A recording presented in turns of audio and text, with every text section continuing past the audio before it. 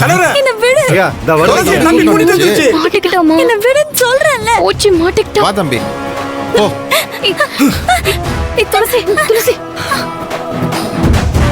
ஏண்டி டீ குடுக்கற மாதிரி கொடுத்து தலையில அடிச்சுட்டு தப்பிச்சா ஓடுற உன்னை? ஐயா ஐயா ஐயா ஐயா என் பொண்ணு ஒண்ணும் செய்யாதீங்க ஐயா. ஏய் மரியாதையா நகர்ந்துரு, ஐயா இல்ல இந்த அடி உனக்கு விழும். ஐயா ஐயா வேண்டாம் ஐயா, என் புள்ளைய ஒண்ணும் ஒண்ணு பண்ணிடாதீங்க சொன்னேன். ஐயா.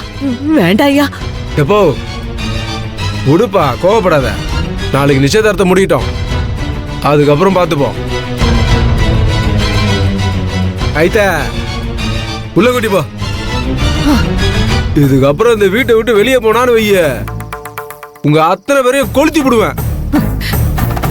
உள்ள கூட்டி போ. உள்ள போலாம் வாங்க. வா துளசி வாடா வா.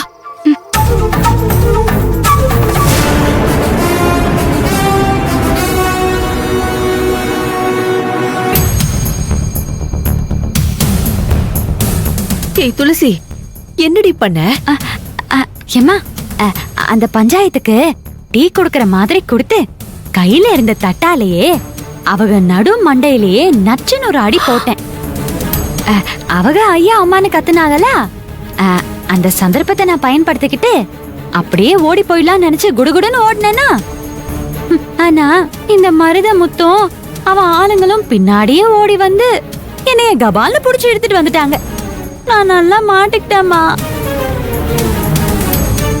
இமே துளசி, தப்பிச்சு போறதா இருந்தா எங்க கிட்ட ஒரு வார்த்தை சொல்லிருக்கலாம்ல.